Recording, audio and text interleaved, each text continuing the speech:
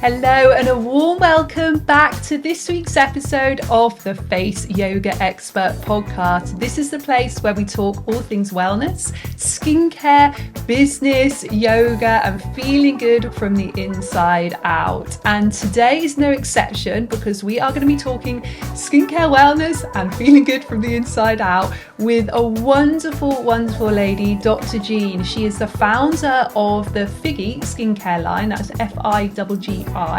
And she talks about dry and sensitive skin and how you can really nourish and soothe dry and sensitive skin, but also how we can start to feel good on the inside. And it's a very open and honest and vulnerable chat where she talks about going through panic disorder, changing her career completely, going into entrepreneurship. So if you enjoy hearing about skincare, if you enjoy hearing about business, and if you enjoy hearing about wellness, then this is definitely the episode for you. So let's dive straight into this week's episode. Jeanne, a warm welcome to the Face Yoga Expert podcast. How are you today? I'm really good. Thank you so much for having me. Thank you so much for being here. And I know, like me, you're a big fan of skin and skincare and wellness. So I feel like we've got so much to talk about today. Yeah, for sure. And I love everything you do. So I'm so excited to be able to speak about sensitive skincare today in line with everything that you offer. So I think it would be a great conversation. That's wonderful. And I'd love to start by just sort of taking it back to the beginning of your journey. I know you said 35 for you was quite a sort of pivotal age in many ways. You know, you were going through a lot of contemplation, a lot of joy, but also a lot of confusion and a lot of change. Can you tell me what sort of happened during that year? Yeah, so my background is actually in international human rights and criminal law, and I ran my own consultancy for almost 15 years. And when I was 35, a lot of things happened all at once. I had been diagnosed with panic disorder 5 years prior that I was severely mismanaging. COVID happened. I was starting to burn out in my consultancy because I was traveling a lot and I was dealing with a lot of secondary trauma and I hadn't dealt with my own past trauma. And then we immigrated to another country. And the point was for me to kind of extend the consultancy in Europe, which didn't work out for me. So I lost a lot of my kind of identity or how I saw myself and how I saw the value that and the purpose that I brought to my life. And then combined with this was supposed to happen ultimate crash in my panic disorder and everything I hadn't been dealing with. It was just a true moment of breaking. Wow, that's a big moment. And how did that diagnosis of your panic disorder affect you or help you? As I said before, like I call it the breaking, I had actually been diagnosed with it 5 years prior after an event while I was traveling for work. And it really did affect me a lot because I couldn't accept it a lot. And a huge part of my work at that time was mentorship and helping other women in the legal profession. And I felt like such a fraud and such an imposter because how can I be trying to help others if I'm suffering from anxiety? And you go through all of these things like what happened to my body cannot just be anxiety. It needs to be something way more horrible than that. And I really I had a lot of guilt and a lot of shame about it. So I hid it and I didn't talk about it because I didn't feel the professional environment had space and place for that. And I think that very much led to a lot of the breaking that happened 5 years later. Yeah, and a big change. And it also took you to a career change as well. So you started getting much more into the skincare and the wellness industry. Tell us a little bit about that transition. I think if you look at it from the outside, it seems like, whoa, how did you go from like human rights to skincare? But for me, a large part of my frustration and burnout with my consultancy was because I really knew how to help people, but I was constantly being barred by politics and diplomacy and bureaucracy and red tape. And I was just so tired of it. I wanted to take what I knew I could do well and do it in a way where nobody could stop me or tell me that this doesn't fit into the policy or this doesn't fit into the budget or whatever the case may be. And I just decided that in my work that I had done so far, I saw so many women like me that are like high flying professionals and have kids and a life and are dealing with these moments of stress, perhaps not panic disorder per se, but they feel they can't say it. So I wanted to create a space for them where it was okay to come to and not be okay. And even, the podcast and the blog, if you don't want to tell people you're reading it because you don't want to seem like you're not as good as, or that's totally fine. This is still your space where you can just be. Yeah. And tell me a little bit about your skincare line, because I know that's something you're hugely passionate about and is also very much linked to your journey and everything you've been through. Yeah. I think when people think about a panic disorder, they think about panic attack, right? And that is obviously incredibly horrible to go through. But what makes it difficult to manage and accept is everything that comes with it. It affects your life in so many ways, and your skin is one of the worst parts. I mean, it's your largest organ. So if it's upset, you're upset. Yeah. And I always had sensitive skin because I think I've always been a very stressed and anxious person. But after my diagnosis, it just became so much worse because, it's the cortisol levels rising in your body. And it's just all of the intensity of that, sending all the blood circulation to all of these nervous systems and points. And oftentimes people will tell me, but your skin's not red. It doesn't look sensitive. But that's part of the problem because it feels like it is, because your nerves are constantly firing at such a high level. And I just had, in this period of the breaking, a thinking of, can anything small just go right or feel okay? And I've always loved skincare. And I thought, you know what? I can do this. This is something small that I can try and put back in place for myself. That's wonderful. And your skincare is very much focused on helping to soothe dry skin, sensitive skin, and a lot of the ingredients you use help to do that. Can you pinpoint a few of the key ingredients that you use in your skincare and how they can actually help someone who does either suffer from sensitive skin, perhaps they're going through panic disorder like you do and have done, and that has had an effect on their skin, or perhaps their skin is feeling very dry? What key ingredients really can help with that soothing and nourishing?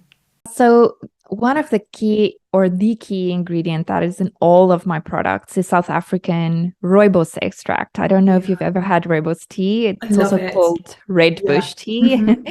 Love it. So we use the green rooibos extract, which rooibos is wonderful. It's got so many scientifically proven benefits, but the green extract has been proven to be even more unique and potent. And rooibos is so unique because of its polyphenol structure. So the antioxidants it produces is just unlike anything else. There's no other plant or species like it in the world, and it only grows in a super small part of South Africa. And if you try to grow it somewhere else, the polyphenol structure changes and it doesn't do the same thing. So it's been proven to be an anti-inflammatory, to be soothing, antimicrobial, antifungal.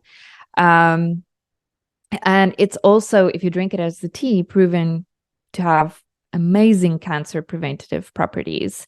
So used also as an antioxidant in the skin, it has an incredible ability to increase the efficacy of your sunscreen, not replace your sunscreen at all, but to improve the efficacy of it. So that's my main ingredient, because I've been using it on my skin ever since I was 15. And then I just used a lot of pure goodness for sensitive skin, things like glycerin, which is proven to be actually better in hydrating than hyaluronic acid, and urea, panthenol to soothe and to heal, jojoba oil, which is skin identical and the skin just accepts so beautifully. And then I think a lot of things that are unique about this line is what it does not contain. It's completely fragrance free, and it's also essential oils free, because a lot of fragrance free products will tell you there's no fragrance, but they'll use essential oils to mask the smell. And for somebody like me, it's so detrimental because I have such a reaction to essential oils on my skin. So it's completely free of that. It's vegan. It's free of any kind of artificial colorants. And I just hope it brings the luxury experience back to sensitive skincare. Absolutely. And you talk a lot about your experience with sensitive skin, but I know you've also suffered with dry skin as well. So how do you manage that now? Yeah. So I think, often when your skin is dry, it makes your sensitivity even worse, because you do struggle a lot more with protecting your skin barrier and just keeping it healthy and balanced. So again, the FIGGI line has really helped me a lot, because I've included really wonderful moisturizing and hydrating elements in there, especially in the double cleanse, because for me personally, I always felt that cleanser was stripping my skin bare and I didn't have anything extra to give, any extra moisture. So I just made sure that it was super hydrating and moisturizing, and it doesn't take away any of the oils that your skin really cannot afford to lose. And then just lifestyle things, like trying not to wash with too warm water, hydrating, trying to stay out of the sun. But it's a lifestyle. It's not a quick fix. Right, it absolutely is a lifestyle. Let's get into that a little bit more. So, for you personally, but also through the lovely education you give through things like your podcasts and blogs and through your skincare, what do you recommend that if someone is suffering from dry and or sensitive skin should do to help their lifestyle really help their skin? So in terms of maybe nutrition or stress management or sleep, or are there any particular things that you recommend which really can help that soothing and nourishing of dry and sensitive skin? There are so many, because I think sometimes we forget topical applications is not going to cure your skin. What happens inside your body is such a big key to what you see on your skin.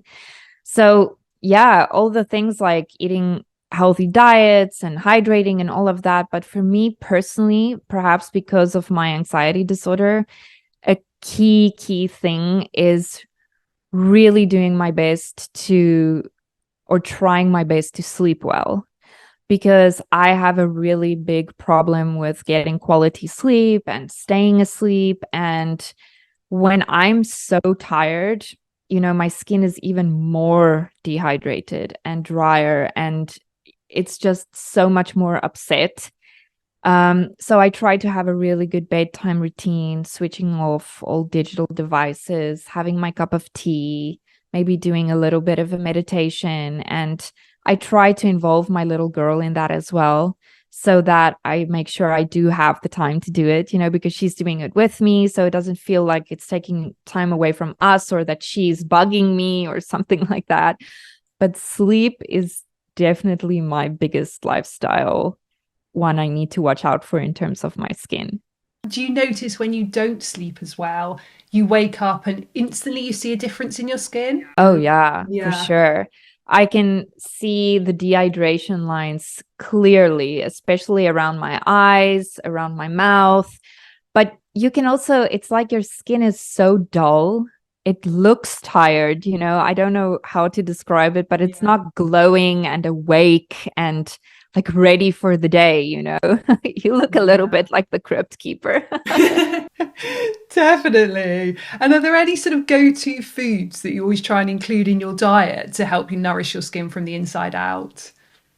You know, again, maybe because of my anxiety disorder and everything that led to that, I don't like diets and I don't like to talk about it because I feel like life is meant to be lived, you know? So I just try to eat in moderation. And my general rule is to try and eat the rainbow, you know, to see all the colors on my plate, whatever that looks like. But I mean, if I want to have that chocolate tonight, I'm definitely going to have it. I know I'm going to break out from it, but like I'm not going to deny myself. So I just try to keep all the colors in my plate. That's really all I do. Yeah, and I think that's such a key message. You know, often it's about including those extra things in our diet rather than looking at what we need to take away or what we need to restrict. So, looking at all colours of the rainbow is so important because, like you say, it's those antioxidants which are helping to really feed our skin, and as much as possible variety, because I think we can also get really stuck on a certain few fruits and a certain few vegetables and just have those every day. But variety is always so important. But I'm really similar to you now. I don't ever, well, first of all, I never do any sort of diets or extreme eating plans or anything like that. But also, I never do, you know, often you'll see people in our industry do things like what I eat in a day, or you know, only should eat these foods or not these foods, because actually I believe it's all so personal, and I try and encourage people to go into their intuition as much as possible and eat intuitively and really start to understand their mind and their body and their skin, because everyone is so different. So, you know, even if certain foods would really suit you and they would really nourish your skin, maybe for someone else, actually, it's certain other foods that really help their skin to look like much more hydrated or plumper or firmer or give them the energy that they want. So I love how you gave a really great answer to that. I think that's such a such an important message in what you do. And I'm really intrigued to know how your journey from everything you did before career-wise to everything you do now. How do you feel about being an entrepreneur now? How do you feel about being your own boss? How do you feel about being self-employed? How does that, well, firstly, do you enjoy doing that? And second of all, how has that affected your panic disorder day to day? So luckily, this was not my first time around because I had started my consultancy as well, but it was completely different because I went from a service-based industry to a product-based industry, and I knew nothing about that. You know, I had to go back to school and do my certification in cosmetic chemistry. I had to learn about logistics and shipping and warehousing and, you know, international tax laws and all of these things that I didn't know before. So although the entrepreneurial space wasn't new to me, this type of space was. And, you know, it's probably not going to be the answer that your audience would want to hear. But I always feel like when I get these questions, the best way is to refer back to like all these self-help tools that tell you, oh, it was so hard in the beginning, but then I made such a big success out of it. And that's not how it was for me or is for me at all. The hard times are really, really hard. And it's really difficult to start something new and to have faith in yourself that it matters to other people. There are so many setbacks and so many times when you feel like you've just reached the top of the mountain and you're home free, and then you see a bigger mountain in front of you and you're like, are you joking? You know, so I always say for me, being an entrepreneur is like a roller coaster because you can go from your highest high to your lowest low in 24 hours, you know. Something wonderful can happen and something completely horrible can happen just after. So that's my experience with entrepreneurship, and I do love it, and I do enjoy it, but it is tough for me with my anxiety. I have to keep check on it, you know. I have to constantly remind myself that everything doesn't have to happen right now. Everything that happens, I don't need to completely stress out about. You know, there's only so much your mind can take and so much your body can take, but I don't always do it well. Like I just had actually a relapse in my panic disorder 3 weeks ago, and I'm busy healing from that because I didn't do that well. So, and you know, that happens, and that's okay because life happens. Yeah, absolutely. And again, I think that's such an important and realistic and honest and vulnerable answer, which, you know, and I know you said at the beginning it might not be what my audience want to hear, but actually, I think it's the opposite. I think it's exactly what they want to hear, because I think that it's your story and it's your experience. And there'll be so many other people going through that experience as well, you know, having those high highs and then those low lows. And, you know, whether you've got your own business and you're an entrepreneur or you do something completely different, you know, that is also life. We have these ups and downs, and you know, even if we've gone through a very low and then we built ourselves up again, you know, maybe it's not such extreme highs and lows, but there's going to be little highs and lows along the way, you know, and that absolutely will happen. And I'm so sorry to hear that you had a sort of a relapse a few weeks ago. And is there anything in particular you're doing to heal yourself at the moment? Yeah, I think, you know, I think for now, it's just about going back to the basics. You know, usually when these relapses happened, and that's why I get so frustrated with self-help advice, because I used to feel so demotivated and so guilty and bad because what did I do to make this happen again? Like I was doing everything right. So I wasn't positive. I wasn't in the right mindset. And I've learned through the years that this is who I am. This is how I'm wired. And setbacks happen and relapses happen, but it's just a bad day. You know, I went from having 30 bad days to one bad day. So I try not to get too stuck on it. I try just to say, you know what, that was a bad day. My body is sending me the signals that I need to slow down. And I just really try my best to maybe for a few weeks leave the office a little sooner, spend a little bit more time in nature, just reaching out to my support network, getting myself back into the right space and place. But yeah, it's not easy. It's tough to go through it, but it's also nice to know that it's okay. It is okay. And it's also okay not to be okay.